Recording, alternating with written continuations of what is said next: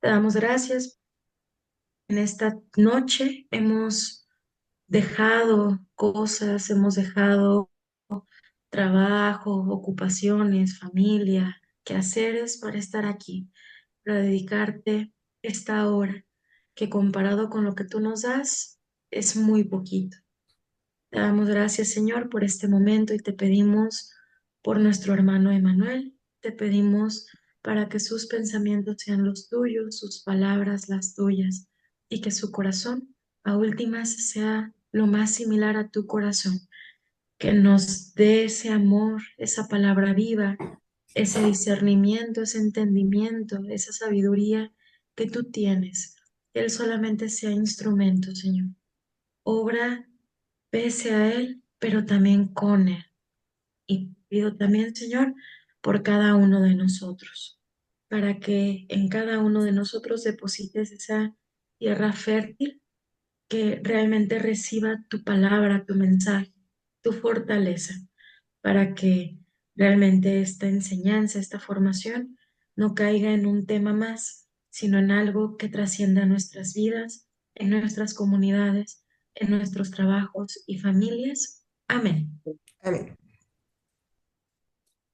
Amén. Muchísimas gracias y voy a empezar a compartir la presentación. Me avisan si ya se ve, me avisan por fin.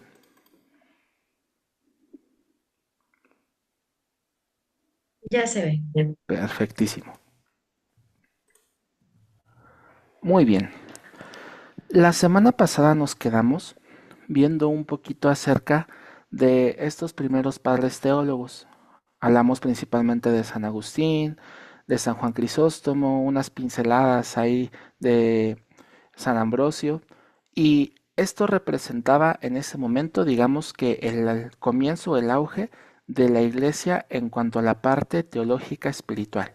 Acuérdense, ya no estamos siendo perseguidos, ya se instituyó el catolicismo y el cristianismo como incluso la religión oficial del Estado, y ahora sí, ya no necesitamos como tal tanto sobrevivir, sino ahora empezar a construir con base en la doctrina de la Iglesia. Como hablábamos hace una semana, hay pues bastantes retos en estos primeros años de construcción, como aquellas personas que pues de repente estaban señalando a los demás porque yo sí estuve cuando los echaban a los leones y tú no estuviste y tú qué vas a saber de la fe si se lleva haciendo de esta forma tantos años y muchas de estas problemáticas. Pero hoy vamos a dar un salto en paralelo. Nos vamos a mover en la misma temporalidad, pero para observar un fenómeno que se suscitó en el mismo tiempo, siglo III, siglo IV. Y a esto le vamos a llamar la espiritualidad de los padres del desierto, es decir, los primeros movimientos monacales. Hoy, contexto.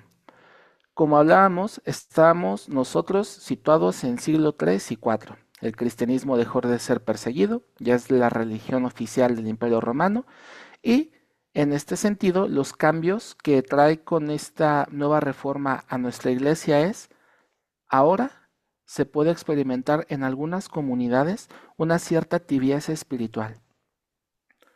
Personas, como hablábamos hace una sesión, que se interesaban a veces por el catolicismo, el cristianismo, ya no solamente por la doctrina o el mensaje de Cristo, sino que buscaban instrumentalizarlo y hacerlo a su conveniencia para poder ganar algún tipo de privilegio, para poder moverse en esferas políticas o simple y sencillamente buscando una vida más cómoda.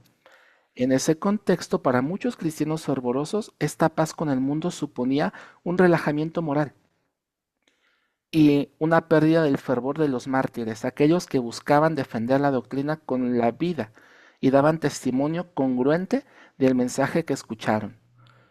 Así fue como estos primeros cristianos buscaron un nuevo martirio, ya no desde la sangre, sino ahora el llamado martirio blanco, que está caracterizado por el ascetismo y la renuncia.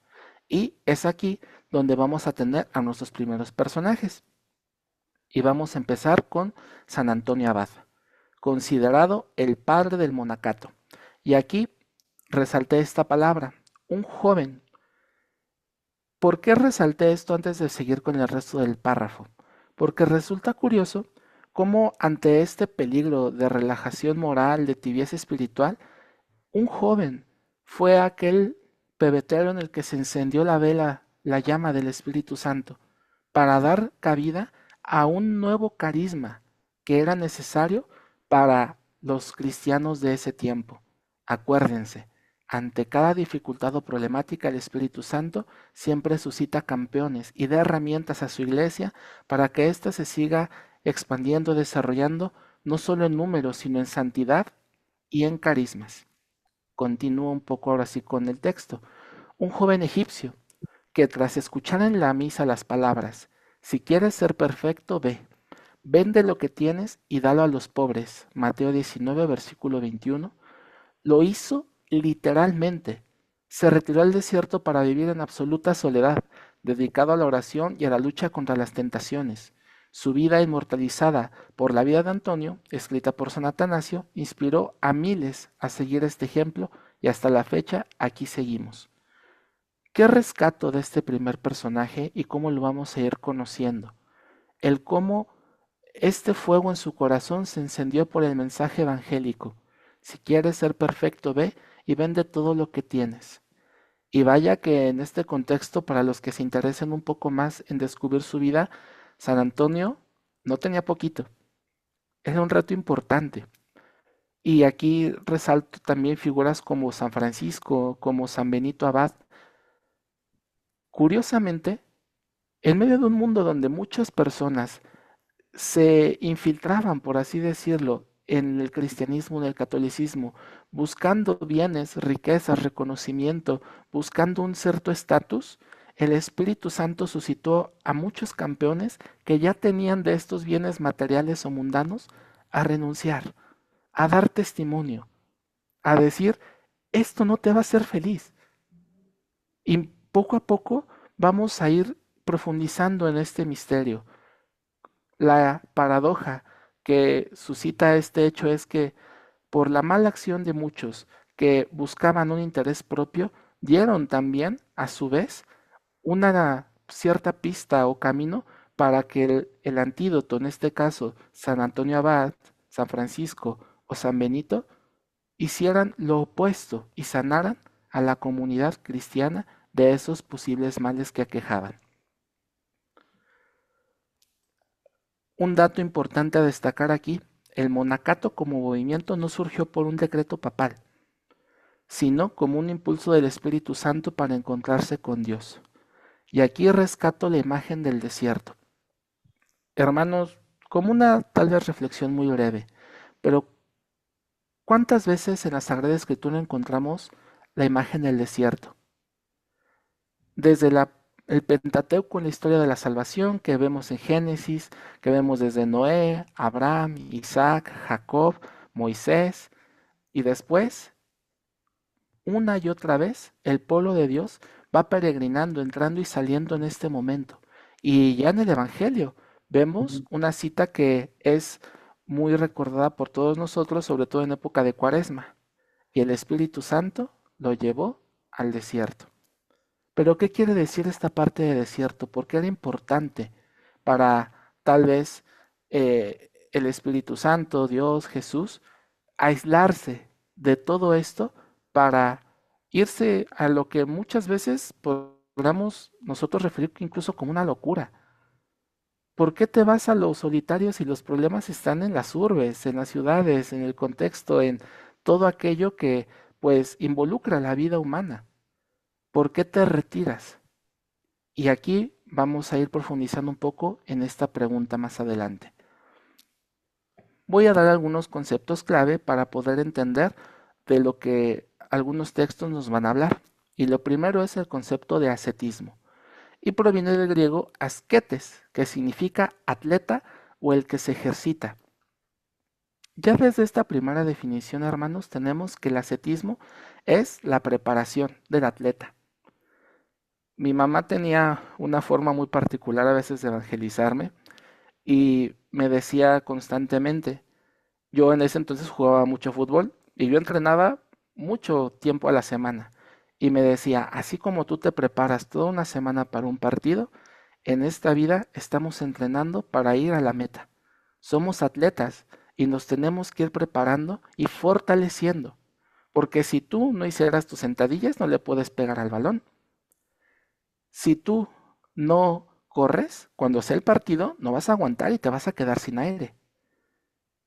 Si un atleta no se prepara, cuando llegue a la competencia no va a ganar. Y en esta vida la santidad es la meta, es la victoria. Y estamos llamados precisamente a prepararnos como atletas. Y el ascetismo es una de las formas que tenemos para poder ejercitar esos músculos espirituales, por así decirlo.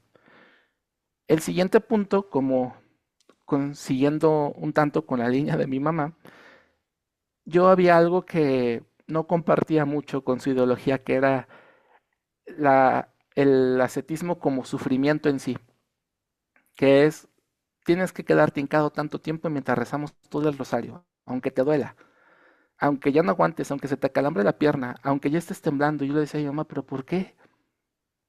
O sea, si Dios me ama, no creo que Él quiera que esté, pues, viendo cuánto aguanto de rodillas.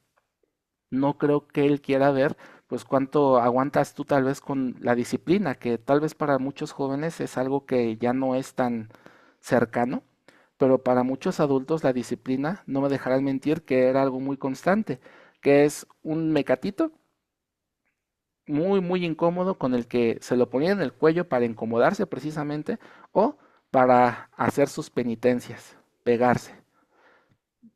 Y aquí, precisamente, en la enseñanza que tenemos en estos padres de la iglesia nos dice, el ascetismo no es el sufrimiento por el sufrimiento, no es solamente un acto, digamos, personal en la cual piensas que tú pagas para solamente liberarte de un pecado, no es un mercantilismo, es una forma de desapegar tu alma del pecado, de dominar las pasiones, como la soberbia, la lujuria, la avaricia, los pecados capitales, aquello que te va alejando de Dios. El ascetismo no es solamente mediante el sufrimiento físico, que puede ser una forma y que para muchos hermanos o congregaciones da sentido, puede ser una, pero no es la única ni es el sufrir por el sufrir, sino es una forma en la cual buscaremos liberar el alma del apego al pecado. Algunos ejemplos más famosos de la vida ascética las vivimos en la cuaresma justamente, que estamos llamados al ayuno, a la oración y a la limosna. Esta es la vida ascética básicamente, pero aún así daremos algunos ejemplos más. Y aquí me gustaría compartirles un libro muy muy bello que en su momento Cintia me hizo favor de obligarme a leer. Y resalto que me hizo el favor porque es un libro muy muy bonito. Se llama Estaurófila. Este libro habla de la historia del alma. Y en esta historia, para todas las edades, desde niños chiquitos hasta al adulto que ya está buscando nada más el viático, le va a servir. En este contexto me gustaría interrumpir un poco la masticada de Cintia para que nos platicara de cómo ella conoció este libro, porque su testimonio es muy bello y más que yo lo esté parafraseando, sí me gustaría que ella lo compartiera de manera muy breve tal vez. La masticada. Es que no he cenado, amigos, perdónenme. Pues este libro a mí en su momento me lo dio mi mamá, pero vaya, me atrevo a decir que esto ya se está haciendo como una tradición generacional porque a mi mamá se lo dio su mamá. Es un libro que sabrá Dios desde cuándo lo teníamos. Todavía, o sea, lo tengo, incluso si ahorita lo busco. Ya está un poco deshojado, se ve viejísimo, pero pues es algo que nos ha llevado de mucho. Y en su momento mi mamá me lo dio cuando yo cumplí 16 años, con una carta muy bella adentro, que precisamente hablaba de la importancia de conocer el alma y de cómo nos vamos a enfrentar. Conforme vamos creciendo, nos vamos enfrentando a muchas cosas, pero que nunca se me olvide mi alma, mi estaurófila, que eso es lo que significa estaurófila, mi alma, y el cómo el alma solamente vive para estar enamorada de como marca el libro, que ojalá se den el gusto de escucharlo, porque bien dice Manuel, también está en el libro, pero que siempre va a estar enamorada del príncipe de las luces, que es de Jesús. Entonces es muy bello, muy hermoso. Y pues gracias, mamá, que también está aquí en la sesión, por pasarme ese libro que seguramente si papá nos permite tener chiquitos, pues también se los daremos a ellos. ¿Por qué ocupé precisamente esta referencia para hablar de el ascetismo? Su base es la creencia de que a causa del pecado original, la relación entre el cuerpo, el alma y Dios se desordenó. Y a eso es a lo que le llamamos concupiscencia. La ascesis es el esfuerzo, con la gracia de Dios, por reordenar esta relación, sometiendo el cuerpo y el alma a la ley de Dios para que Él sea el centro de la vida. En el libro hay un apartado donde está la protagonista, que es una joven que se llama Estaurófila.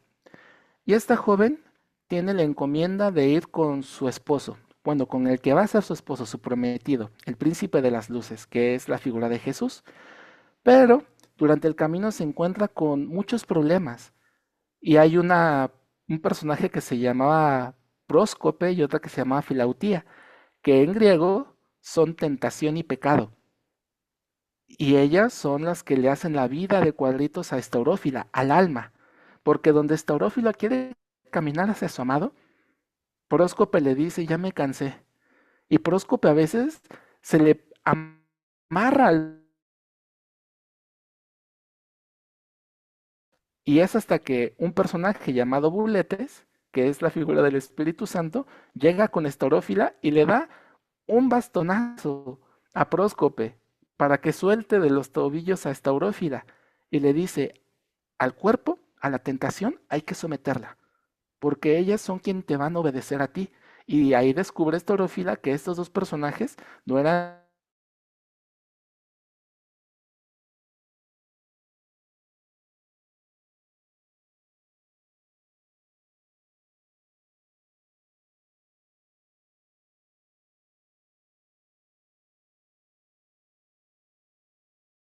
descubriendo esta vida espiritual. Y aquí les dejo uno de los más bellos de estos apotegmas. Nada te turbe, nada te espante, todo se pasa, Dios no se muda. La paciencia todo le alcanza. Quien a Dios tiene, nada le falta, solo Dios basta. Santa Teresa de Jesús, doctora de la Iglesia y de una orden franciscana, una orden que vivía estos pensamientos o estos conceptos al pie de la letra. Y también me gustaría compartirles, ya no es un apotegma como tal, pero sí el fruto de estas experiencias que hasta ahora hemos relatado, que es la vida ascética, que es la sabiduría o el sometimiento a tus superiores, que es uno de los principios en la vida monacal, que es el desierto o el encuentro con Dios en el Espíritu Santo en medio de este aislamiento, y es una historia de Santa Teresa de Ávila. De manera muy corta, Santa Teresita de Ávila solía hacer mucha oración en su celda, en su cuarto, pero relata que una noche empezó a sentirse un tanto inquieta y de repente empezó a escuchar ruidos en su celda. Y cuando se distrajo de su oración y alzó la mirada, descubrió que había una imagen, una persona al fondo de su celda. Y entonces ella se espantó, pero como toda esposa de Cristo le dijo, ¿tú quién eres? Lo encaró. ¿Tú quién eres? ¿Qué haces en mi celda? Y la voz le respondió, ¿quién eres tú? Santa Teresa de Ávila pues se sorprendió porque él pensaba que era un ladrón y dije, yo no me voy a presentar, pero ok, para intimidarlo le voy a decir quién soy. Yo soy Santa Teresa de Jesús. Y entonces le respondió la imagen que se iba descubriendo poco a poco en el fondo de la habitación. Bueno, pues yo soy el Jesús de Teresa. Empezó a hablar con Jesús en sus experiencias místicas. Empezó a tener un diálogo directo con su esposo. ¿Y qué forma, tal vez tan graciosa de presentarse tal vez de un esposo para con su esposa, que es que primero como que la vaya a espantar? Pero qué bella respuesta le dio Jesús a su esposa. Yo soy Santa Teresa de Jesús Y él le respondió, pues yo soy el Jesús de Teresa. Esto es un apotegma. Brevedad y contundencia. Una sola frase encierra una gran verdad. Base experiencial no es teoría. Nace de la vida espiritual vivida intensamente. Es una enseñanza práctica que está orientada precisamente a la acción, a cambiar la vida. Y es con sabor evangélico. Siempre va a ir acorde y en congruencia con la doctrina y la Sagrada Escritura. Refleja y aplica las enseñanzas de Jesús a situaciones concretas. Retomando un poquito, aclarando esos conceptos de los padres del desierto a San Antonio Abad, me gustaría preguntarles, cuando vemos esta imagen de San Antonio, ¿qué solemos pensar? O si tal vez nunca la habían visto, ¿qué piensan al verlo? Tal vez algunos pensarán, pues, que solitario, que lúgubre, no se antoja para nada una vida de santo así, está descalzo, está muy grande, está hasta como melancólico. Y la realidad es que, como se los resalté hace unos momentos, San Antonio Abad empezó su vida en el desierto a los 20 años. Escuchó esta palabra y se fue. Y pese a lo que tal vez mucho del arte, a veces que nosotros conocemos de los santos, muy gótico, muy barroco, solemos generar ideas erróneas respecto a lo que es la santidad. Yo le decía mucho a mi mamá cuando ella me preguntaba, bueno, ¿y tú por qué no vas tanto a la iglesia? ¿Por qué no rezas? Y demás. Y yo le respondía, tal vez desde mis 12, 13 años, muy fáciles, yo no quiero ser santo, mamá. Los santos se ven todos tristes. ¿Has ido a la parroquia? O están sufriendo, o traen una escoba el morenito, o Jesús está triste, o todos están pasándosela mal. Yo no quiero pasármela mal. Y mi mamá se me echó a llorar. Ya después comprendí lo que yo estaba diciendo cuando le decía que yo no quería ser santo. En ese momento yo no tenía tanto uso de razón. Pero me pregunto cuántos de nosotros tal vez, sobre todo los jóvenes, pueden estar experimentando esta idea errónea de la santidad. Cada vez bendito Dios menos, con ejemplos más actuales como Carlo Acutis, pero aún así que se da. Y me gustaría leerles algo, por eso ahí les puse la página que les voy a compartir para que no se me olvidara, para que escuchemos un poquito con atención.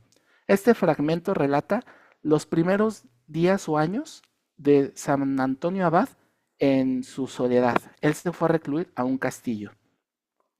Y dice, los demonios se lanzaban sobre Antonio con gran griterío, pero él resistía. Confiaba en la asistencia de Dios. Aguantaba la lucha.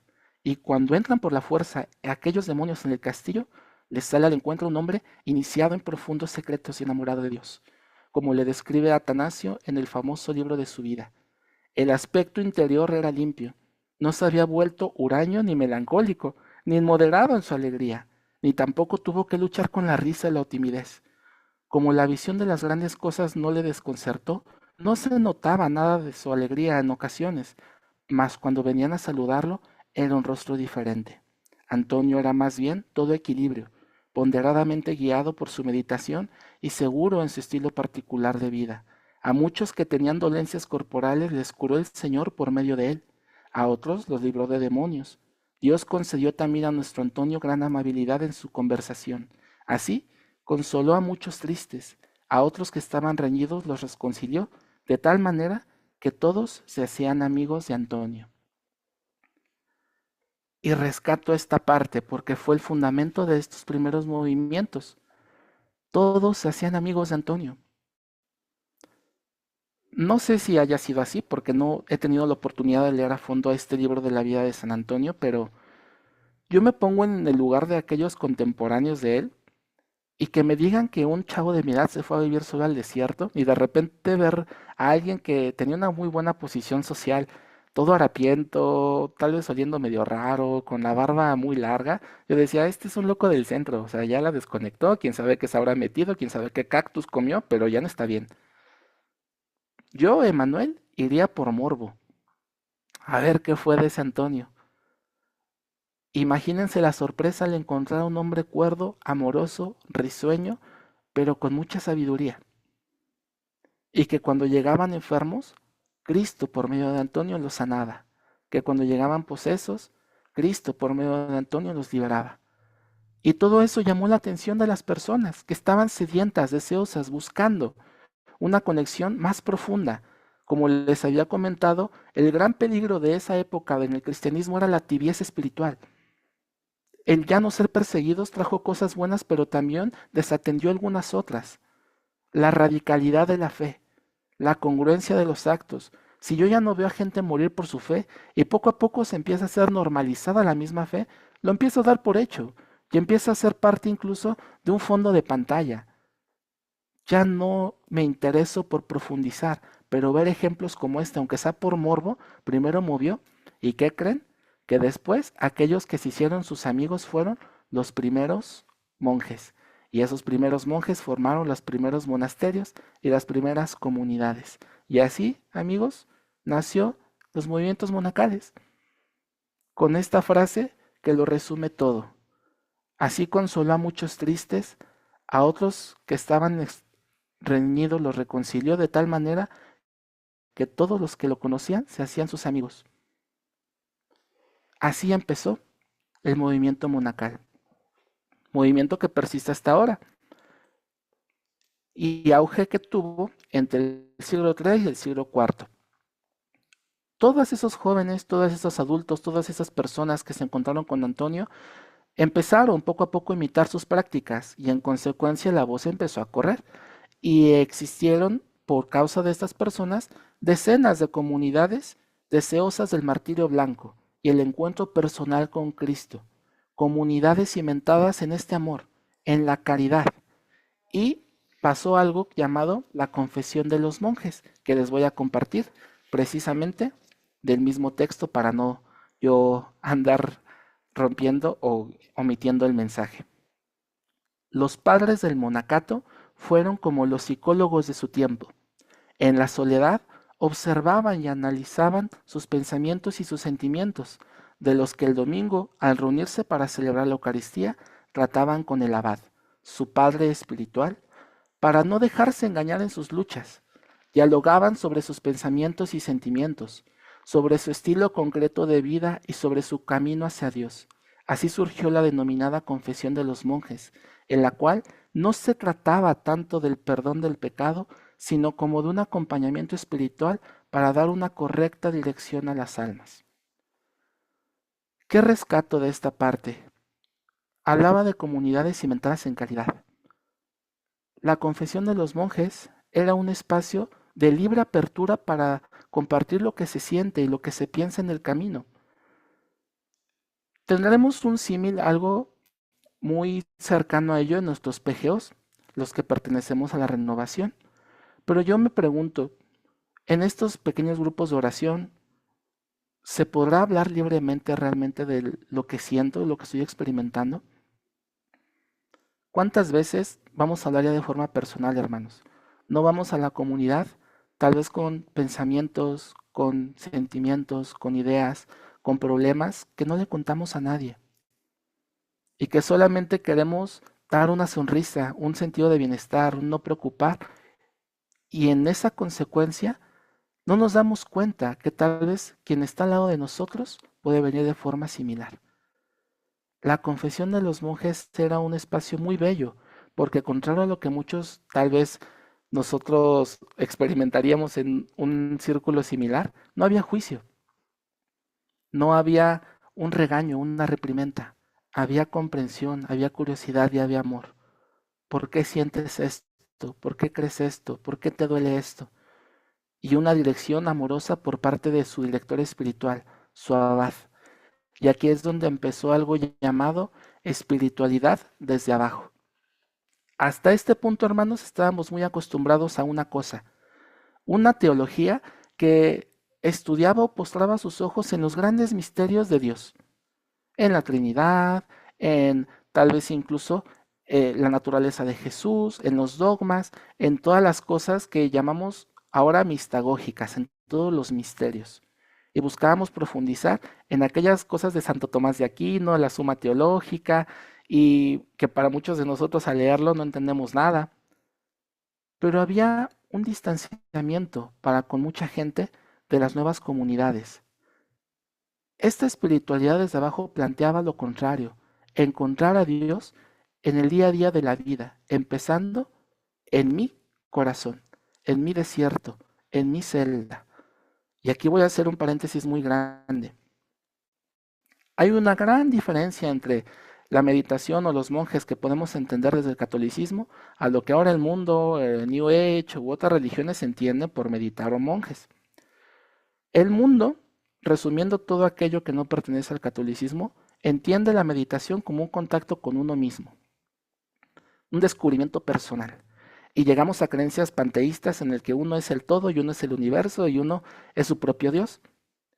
En el budismo, por ejemplo, se busca esta llamada iluminación para acceder al nirvana, que no es otra cosa que muerte, que ya no sentir nada. Pero en nuestra religión católica, la meditación, los monjes, este ascetismo, se trata de encontrar a Dios en su templo más amado, que es tu corazón. Uno no va al desierto nunca solo, siempre va acompañado. Y justamente en el desierto es la figura por excelencia del encuentro, porque en el desierto ya no hay distractores, ya no hay ruido, ya no hay personas, ya no hay problemáticas, ya no hay nada que te distraiga, ya solamente son dos personas en camino de enamorarse, tú y Dios. Esta es la diferencia radical y fue lo que empezó este movimiento monacal también, esta espiritualidad desde abajo. Ya no solamente indagar desde las grandes cuestiones teológicas, sino desde el descubrimiento de Dios en la vida personal. Aquí solamente puntualizar un poco. Lo que empezó con San Antonio tuvo un aje con San Benito Abad, y de San Benito Abad ya no lo voy a extender tanto porque su vida es una vida muy famosa, muy bendecida y que si les interesa, de verdad, altamente recomendable, muy bella para estudiar. Ahora, ¿cuáles fueron las problemáticas? Si hemos puesto atención, ante cada periodo de la iglesia nunca está exento, digamos que de nuevas situaciones o de nuevos problemas. Y aquí les voy a plantear una problemática que, al menos desde mi experiencia o mi sentir, es muy actual para cada uno de nosotros. La tentación. Y voy a empezar con un relato precisamente de este libro que les compartía, Apotegma Patrum, que es Espíritu de los dichos de los padres del desierto. Y el relato dice así: un hombre, caminando por una ciudad, vio que los demonios estaban sentados tranquilamente sin hacer nada, pero al acercarse a un monasterio notó una gran agitación. Los demonios volaban y se agitaban desesperados intentando entrar. Entonces comprendió que en la ciudad los demonios descansaban porque los hombres vivían ya según sus deseos, sin resistencia. Pero en el monasterio había una lucha, oración y conversión, y por eso los demonios se agitaban con furia. La tentación.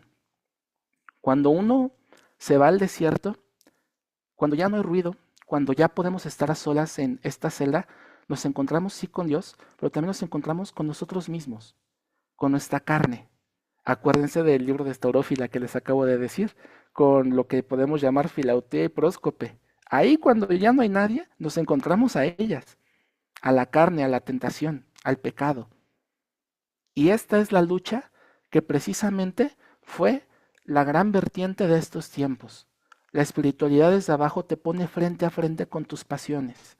Y aquí voy a empezar con una serie de tal vez exhortaciones, si se me permitiera algún tipo de autoridad en este momento, a los jóvenes, a los adultos, a cualquier persona que tenga pecados recurrentes, examínese mediante esta vida, la vida del desierto, la vida ascética, porque es precisamente en esta vida cuando uno puede empezar a dominar aquella concupiscencia, cuando uno puede empezar a enfrentar y a dominar las propias pasiones.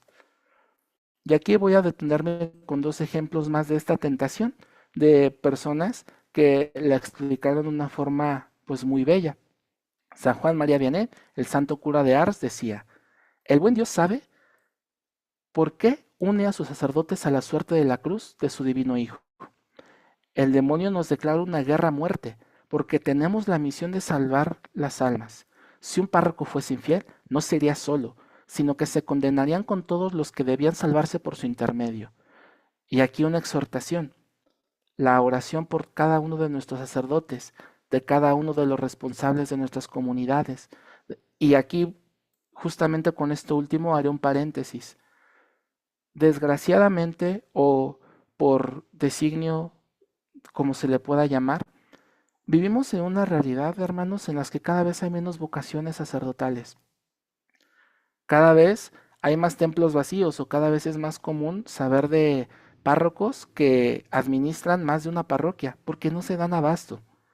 No sé si tuvieron oportunidad de ir, por ejemplo, a la kermés del seminario. Espero que sí, que nos hayan comprado pambazos. Pero si uno se pone a ver la cantidad de seminarios, de seminaristas que hay, y pregunta por las 200 y tantas parroquias que hay en nuestra arquidiócesis, el cálculo no da. Hay generaciones que no superan los 10.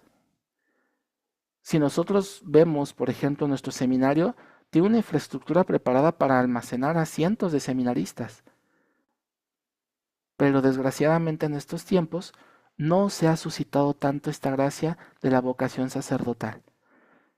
Los exhorto de verdad a seguir orando por nuestros sacerdotes y por aquellos jóvenes que tienen en su corazón el llamado pero que no se atreven a responder. Producto de esta problemática, cada vez los sacerdotes requieren más de nuestras manos, los laicos, para poder coordinar, para poder hacer eventos, para poder dar este tipo de formaciones. Hermanos, el ideal sería que estas formaciones la pudiera dar un sacerdote, no Cintia y no yo.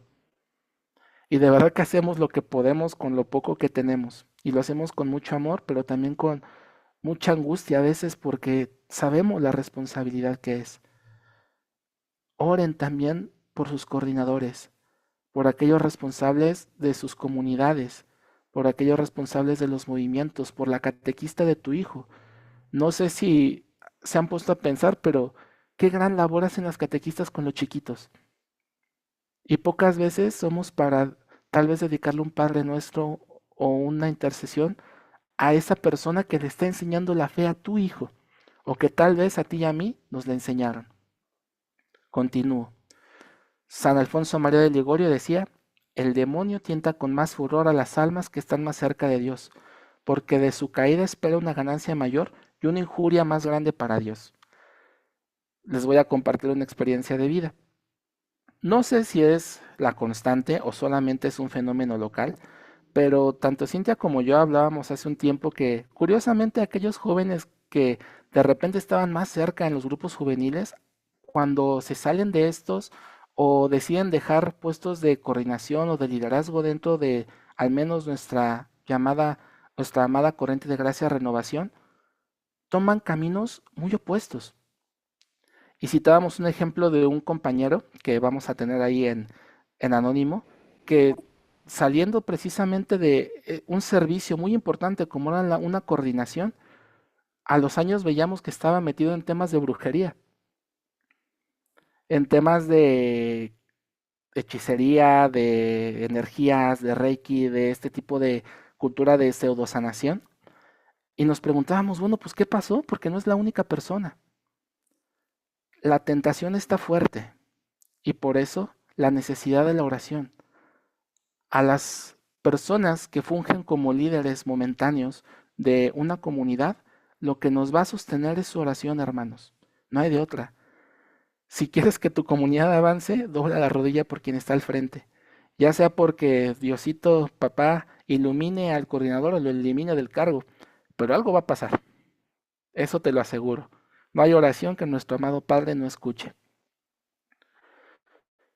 En este sentido, me gustaría aclarar algo pertinente, porque estamos hablando de una lucha espiritual. Y sí quisiera ser muy específico con a qué nos vamos a referir con ello. La lucha espiritual es el conocimiento de mi condición, mis dolencias y mis heridas. El primer paso para hacer frente a la tentación. Y aquí voy a tomar un fragmento más del libro del cual estoy compartiendo este tema. Contexto. Cuenta el libro que se le acercó a un abad, un sabio y entendido en temas de teología, y como había escuchado hablar cosas muy buenas de esta persona, tuvo interés por aprender de él y fue a buscarlo hasta el desierto. Y Cuando le preguntaba, le explicaba, le compartía sus tesis, sus libros, sus documentos, el padre del abad solo permaneció callado y no le respondió nada. Y entonces el teólogo se fue muy decepcionado, muy enojado, y se le acerca un estudiante al abad y le dice, padre, pues ¿por qué no le respondió? ¿Por qué no habló con él? Y esto fue lo que él le dijo. Él está en las alturas y habla de cosas celestiales. Yo, en cambio, pertenezco a los de abajo y trato de cosas terrenas. Si él hubiera hablado de las pasiones del alma, yo le habría contestado muy gustosamente, pero como habla de cosas espirituales, yo de eso mucho no entiendo. Y continuaba.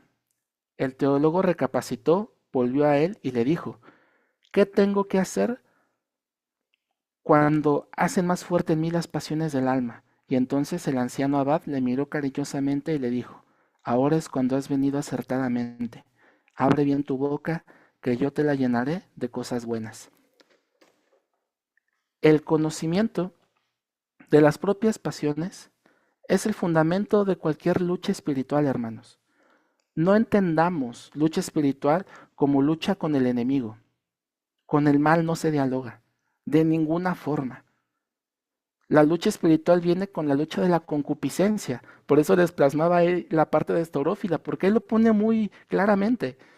El enemigo per se de estaurófila son muchas veces solamente la parte de la tentación y la carne. Son quien le ponen el pie. Y la lucha está invertida en ese sentido, en la voluntad. Por eso el ascetismo, por eso esta necesidad de disciplinar nuestra carne. Pero hay veces que también en nuestra amada comunidad o en muchas otras se puede haber entendido esta lucha como algo más contra el enemigo, contra el demonio. Y no es directamente en ese sentido. Insisto, contra el mal no se dialoga. El conducto de la lucha espiritual deviene en este conocimiento personal de las pasiones humanas, que nos permite después sanar mis dolencias y mis heridas, y es el primer paso para hacerle frente a esta tentación. San Antonio decía, por ejemplo, a los jóvenes no les hace bien meditar e ir demasiado pronto por los caminos de la mística.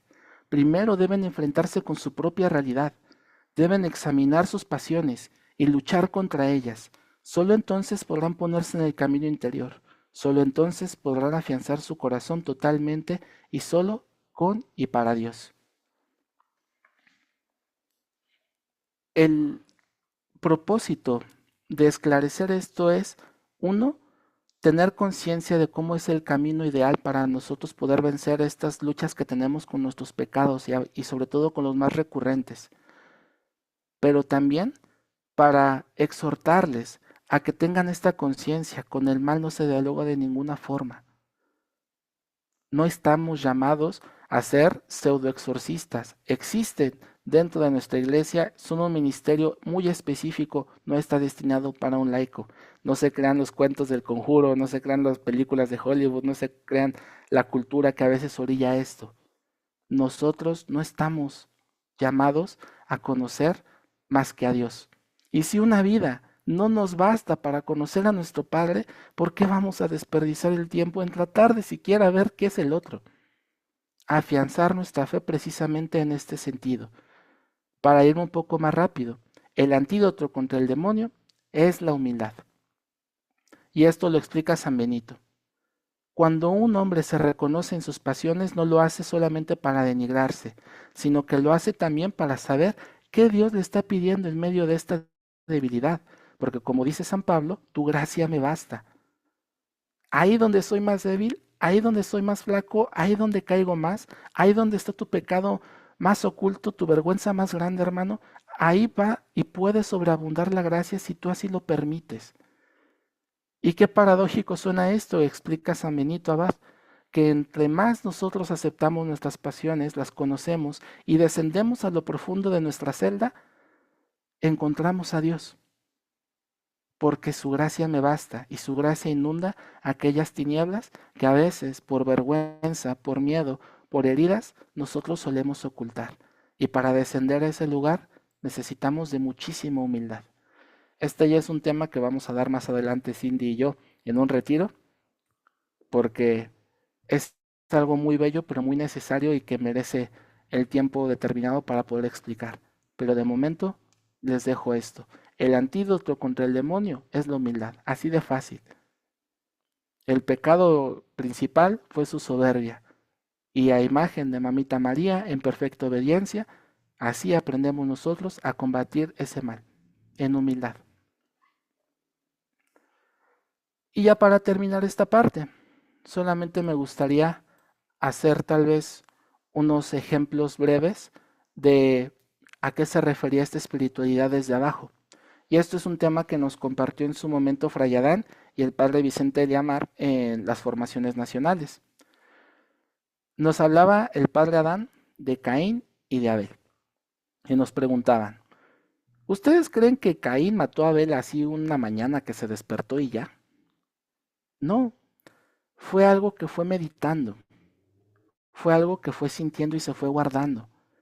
Él no se sentía reconocido, él se sentía menospreciado, él no se sentía de la misma forma que su hermano, pero esto no lo quiso hablar, no lo quiso compartir, no lo quiso arreglar, solamente lo fue guardando, hasta que el mal se apoderó de su corazón y decidió matar a Abel. Y todavía antes de cometer el acto, Dios le habla y en un último esfuerzo le dice, Caín, por el camino que vas, te vas a condenar, ten cuidado, mantente alerta. Y no hizo caso. Desde aquí nos habla la espiritualidad desde abajo, de la sabiduría de los padres del desierto, la necesidad de reconocer nuestras pasiones. A ver, ¿por qué me enoja?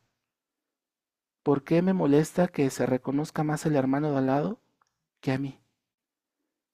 ¿Por qué me molesta? Y ahora sí, ya con ejemplos tal vez de esta misma rabia o enojo en nuestro día a día. ¿Por qué me enoja el cómo es un hermano frente a mí? ¿No les ha pasado que de repente conocen a personas que no ha siquiera abierto la boca y ya les cae mal? Como que tiene un algo, tiene un no sé qué, pero nada más por caminar, por el estilo con el que habla, con las palabras, no lo conocemos y ya puede empezar a caer mal. Y en lugar de afrontar esas emociones y decir, pues sí me cae mal, e indagar por qué. A ver si no lo conozco, ¿a qué me recuerda? ¿Qué estoy viendo de mí a través del hermano que tengo enfrente? Decidimos negarlo y hacer como que no pasa nada. Y esa emoción se va acumulando en nuestro corazón. Y sentir no es pecado, hermanos. Jamás lo va a ser. Pero lo que hacemos con lo que sentimos sí puede ser.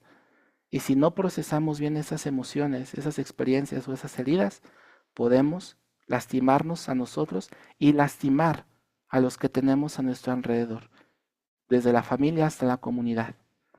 Sanar las heridas para que ellas no duelan al ser tocadas. Y con este ejemplo voy a cerrar el tema del día de hoy. Como muchos saben y otros no tanto, yo me dedico a la psicología, a la psicoterapia. Y cuando escuché este pasaje en este libro específicamente, me trajo a la mente una experiencia de una persona que voy a solamente decir persona para no evidenciar a nadie.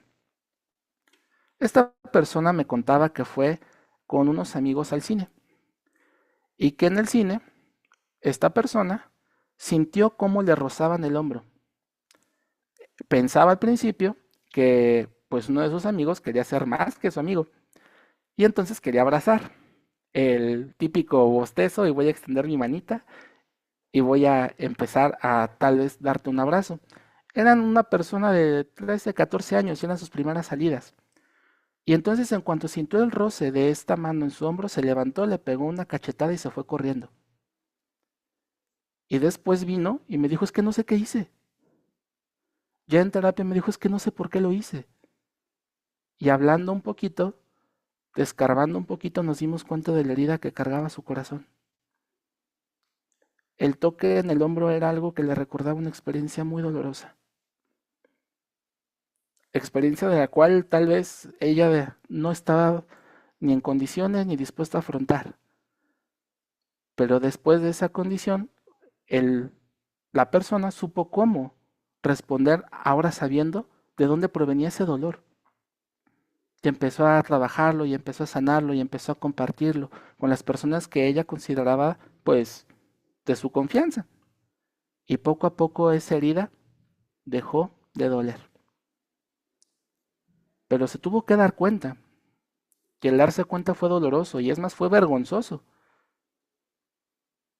pero el proceso le llevó justamente después de conocer aquello que la quejaba a poder sanarlo, de tal forma que esa herida ya no doliera para sí mismo y tampoco fuera un instrumento que pudiese lastimar a sus personas a veces más cercanas. Conclusiones de esta parte.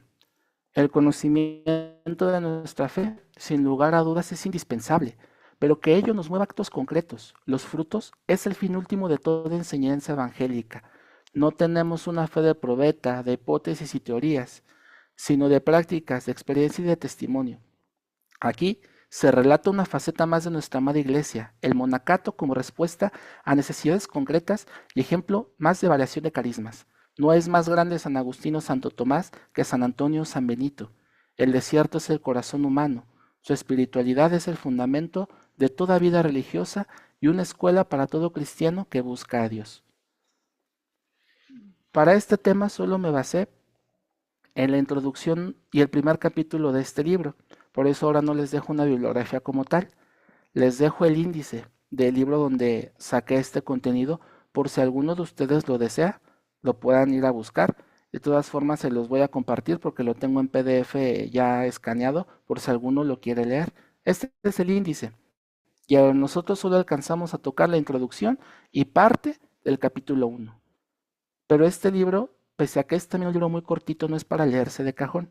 Es un proceso, es un libro de meditar, es un libro que nos puede ayudar poco a poco a ir justamente trabajando estas pasiones y que puede ser de mucha ayuda, ya sea para ti joven, para ti adulto o para ti que estás aquí y no sabes ni cómo llegaste. Segunda recomendación muy importante, es Taurófila. Léanlo de verdad. Un libro que saca muchas dudas y las aclara sobre qué es el pecado original, la concupiscencia y esta llamada lucha espiritual. Está es descrito a forma de cuento de fantasía, de caballeros, una novela, una novela muy fácil y muy entretenida de leer. Y si no tienen tiempo de leer, existe el audiolibro. Por eso les puse de este lado la captura de el audiolibro que se encuentra en Apple Podcast, por si alguno lo quiere buscar. Y voy a dejar de compartir por si hay alguna duda, pregunta, comentario, queja o aclaración. ¿Vale?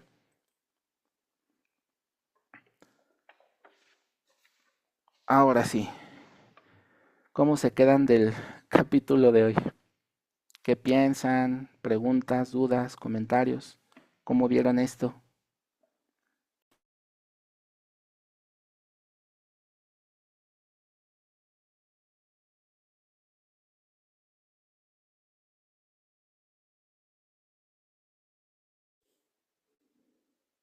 ¿O me doy a entender muy bien o no me doy a entender nada?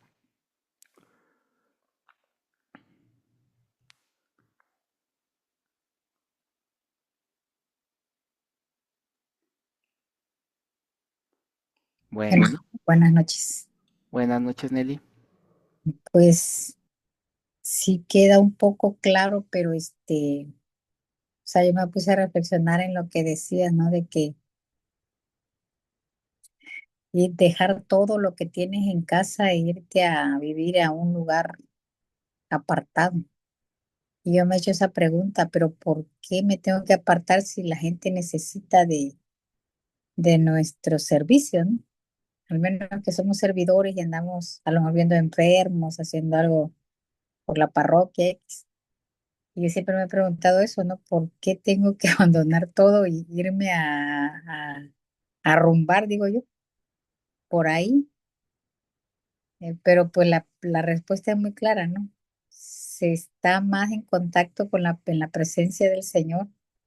Y cuando llega esa gente necesitada, pues ahí está el boom, ¿no? Ahí está el plus, que muchas veces nos falta acá por tanto servilismo, a lo mejor, por tanto a veces pasarnos de servicio. Entonces, ahorita nosotros acabamos de pasar una ordenación de un diácono para sacerdote y fue tremendo, tremendo todo el ajetreo, ¿no? y ahí es donde como que se pierde cierta espiritualidad, porque ese es esto, ese es el otro, y aquí y allá, y estamos hablando de algo hermoso, ¿no? Pero a la vez, este, se necesita esa espiritualidad para orar más por ese nuevo sacerdote que se está, dando, ¿no? Entonces, ahora sí como dice, me hace ruido esa parte. Y sobre el sacerdote que dice, ¿no? De que me conmovió donde dijo que si el sacerdote se pierde con toda la comunidad. Oye, sentí que mi corazón me volcó, ¿no? Porque si él está mal, ¿por qué? Porque yo no quizás no he orado por él, aunque yo la verdad sí oro por mis sacerdotes, que son ahorita apoyados, gracias a Dios, sí oro, a lo mejor no todos oramos por él, pero siempre mi oración por ellos, entonces sí es fuerte esa parte de que yo dije, "Ay, me voy a perder, o sea, tratando de salvarme yo y mi sacerdote me pierde, ¿no? Entonces sí es algo muy fuerte que, este, que se explica aquí. Entonces, pues eso es lo que más me llama. Y claro, esas partes de palabras para mí raras, que nunca las había escuchado, pues me quedaron claras, ¿no? Algo aprendí, algo nuevo aprendí hoy para gloria de Dios. Gracias, estuvo muy bien explicado. Gloria a Dios. Antes de tal vez continuar o proponer algo, sí, adelante. Gracias. Pues si acaso complementando lo que mencionaba nuestra hermana Nelly, eh, creo que a veces en un ENSES nos llegaron a mencionar, y es una pregunta que les hacemos ahora a ustedes, ¿no? ¿Se pueden hacer cosas de Dios sin Dios? No, Y pues uno podrá decir, no, no se puede, pero sí se puede. Si nos podemos llenar de actividades, si nos podemos llenar de servicios, si nos podemos llenar de danzas, de horas santas, de asambleas, de retiros, de eventos, y todo lo sacamos, pero de repente se nos olvida quién es el invitado de honor y para quién es todo. Y entonces nos empezamos a poner nosotros. Y como bien decía la hermana Nelly, se empieza a hacer un servilismo, se empieza a hacer un hago mucho, pero al final del día la espiritualidad del desierto nos está llamando a eso. No es me voy a apartar, o sea, voy a dejar el servicio agotado y a ver quién lo saca, porque pues sabemos que se necesitan manos. Tan es así que cuántos sabemos aquí, cada vez son menos. Pero pues al final del día se trata que también en la intimidad de nuestra habitación, en la intimidad de nuestro corazón, ahí nos derritamos y ahí nos encerremos con el Señor, que también tengamos estos espacios privados con el Señor, que no seamos nada más hacer, hacer, hacer, hacer, hacer y dejar de ser. Sí somos servidores, pero primero somos hijos. Sí somos coordinadores, pero primero somos amados.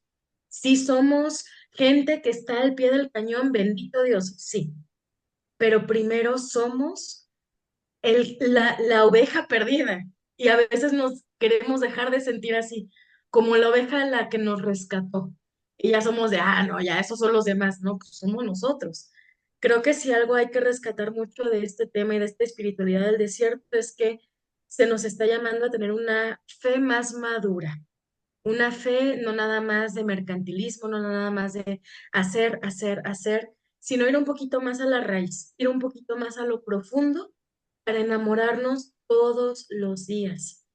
Cuando yo conozco a mi pareja, me puedo enamorar todos los días de mi pareja, porque todos los días cambiamos, tanto él como yo.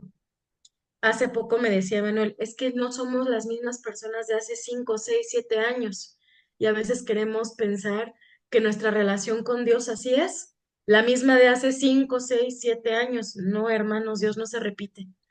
Nuestra relación con papá puede cambiar diario, pero ¿cómo nos vamos a dar cuenta cómo cambió esa relación si estamos muy ocupados sacando el servicio, sacando todo, poniendo sillas, empanizando pechugas, vendiendo pambazos? y no hacemos nuestra oración, no nos descubrimos en nuestra oración, no nos descubrimos en el placer del servicio. Entonces, creo que esa es la invitación mucho de este tema, hermanos, que pues hay que también madurar en nuestra fe, hay que crecer en nuestra fe y hay que aprender a llevar una vez más a Dios en las cosas que hacemos de Dios. No nada más llevar el estandarte, sino llevarlo en el corazón. Gloria a Dios. Gracias. Complementando un poquito, solo para terminar, este ejercicio del conocimiento precisamente está en el corazón. No es que uno se vaya al cerro, uno se encierra en su cuarto, se quita de la pareja, de los hijos, de la familia, y por una hora solamente voy a estar con mi amado. Ese es tu desierto, esa es tu celda, y ahí te encuentras cara a cara con Dios. Y como todo deportista, necesitas, pues, algo que te nutra, su presencia, su amor, su persona.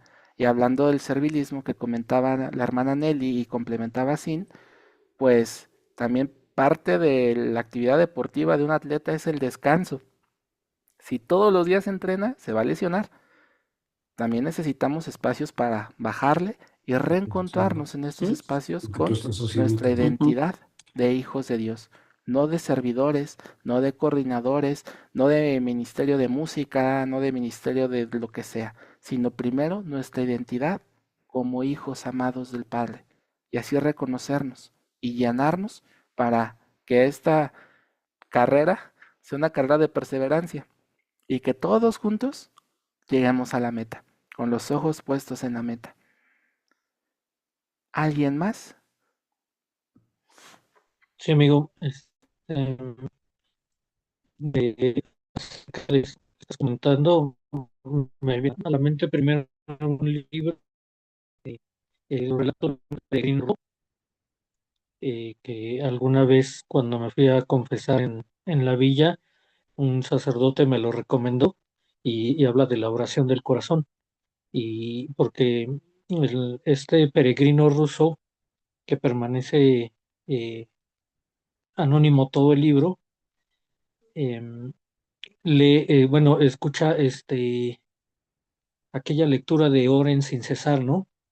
Entonces dice, bueno, ¿cómo puedo orar sin cesar, ¿no? Entonces, eh, empieza así su hambre y empieza a buscar y a buscar, a buscar hasta que encuentra él le llama starets, que vive en un convento y que lo empieza a guiar en esa oración, ¿no? En entrar en esa intimidad con Dios, ¿no? Entonces, es un libro muy recomendable también, muy, muy bello. La verdad es que este libro que te recomendó Sin, igual también me llamó la atención, lo voy a buscar para irlo leyendo. Y también aquí nuestro párroco, él es mucho de la meditación. Él sigue a un sacerdote que se llama Pablo de Ors, que a su vez es como, digamos, de cierta forma discípulo de Franz Jalix, y y mucho de lo que maneja él es el ser, ¿no? Más o menos algo dijeron tú y Cinti, de esa parte del ser. O sea, muchas veces nos ocupamos en el hacer y dejamos de ser. Y es bien importante de que cuando nosotros estamos en la presencia de Dios es cuando ahí somos. Pues esa es nuestra raíz, es lo que a nosotros nos da ahora sí, nuestra esencia. Y entonces esa parte de lo que nos comparte este padre, pues es esa, ¿no? El ser. Esa es una parte que también me gusta mucho, bueno, también de repente también nos dijeron en un ENSES, creo que fue en este último, y creo que fue el padre Pedro, que decía que no nos enamoremos del cargo, sino del encargo, ¿no? Porque muchas veces lo que decían, yo también lo he visto desde hace muchos años, que me ha tocado ver muchas personas que yo creo que terminan fastidiados porque están en tanto en el hacer y en el hacer, en el hacer, en el hacer, que nunca se dan esa oportunidad de descansar, de decir, no, ahora no voy a ir a esto o voy a decir que no a este servicio porque me voy a tomar un tiempo para mí y para mi familia, porque a veces sí de repente nos aferramos que nos sentimos nosotros que somos los que estamos haciendo la obra y no Dios, ¿no? Entonces, esa parte también me llama mucho la atención que muchos personas que tienen un cierto cargo, cuando lo dejan, ya no vuelven a la comunidad, ya no regresan y se empiezan a alejar, alejar, alejar, ¿no? Y creo que ahí es donde los tienta el otro, ¿no? Donde están, ya bajaron la guardia, es donde el otro los tienta y pasa lo que ustedes comentaron. Pues la verdad, muy agradecido, a veces no comento porque veo de repente digo, a lo mejor lo van a decir más adelante y si ya me tocó, que hay algo que les comenté que más adelante ya me dijeron, ¿no? Que lo van a tocar en otro curso, pero de verdad muy agradecido por el tiempo que se dan para preparar y para también perdón, y ya por último, predicadores, un libro de predicadores Ay, bueno, ahorita se me olvidó el nombre del predicador, fue muy famoso en los 20 más o menos, este, Salvador Gómez. Salvador Gómez decía, cuando tú vas a predicar 1 hora, tienes que estar al menos 2 horas ante el Señor. O sea, aparte de tu preparación, de que vas a leer el tema y lo que sea, que vas a sacar tus citas, bíblicas y que te vas a apoyar en el catecismo, etcétera, etcétera, o en o en literatura de algún santo o algo. O sea, parte de esa preparación, o sea, por cada hora que vayas a predicar, tienes que estar al menos 2 horas ante el Señor, 2 horas de oración. Entonces, creo que si seguimos esta regla de servicio, si vamos a estar en un retiro 10 horas sirviendo, tendríamos que estar 20 horas antes en oración con el Señor, ¿no? Entonces, pues muchas gracias amigos nuevamente y por la paciencia de escucharme. Dios los bendice. Gracias a Dios y toda la gloria a Él. Muchas gracias, Richard. ¿Alguien más?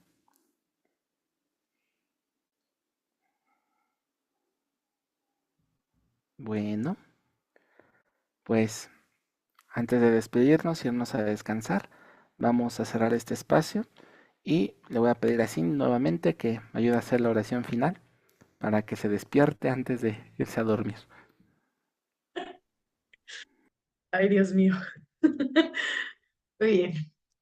Papá, te damos gracias, te alabamos, te bendecimos. Gracias por este espacio, gracias por esta hora. Gracias por acompañarnos en nuestra jornada. Gracias por acompañarnos en nuestros trabajos, en nuestras escuelas, en nuestras familias, en nuestras ocupaciones. Gracias, papá, porque no solamente tuviste la delicadeza de llamarnos por nuestros nombres para estar aquí, sino tuviste el amor, el cariño de acomodar todo nuestro día para poder estar en estos momentos. Porque incluso el tiempo que nosotros te podemos dedicar no es nuestro, Señor, sino que es tuyo. Es un regalo que tú mismo nos has dado. Te pedimos que todo lo que vimos en esta formación caiga realmente en una tierra fértil, sea algo que nos ayude a tener una espiritualidad más madura, que sea algo que nos ayude a no tenerle miedo al desierto, no tenerle miedo al silencio, no tenerle miedo a escuchar tu voz una vez más. Gracias, papá. Bendícenos, danos y síguenos dando tu amor, tu cariño, tu paciencia y tu misericordia. Lo poquito que nosotros te podamos regresar es nada, Señor, pero te lo damos con mucho amor. Bendito y alabado seas. Amén.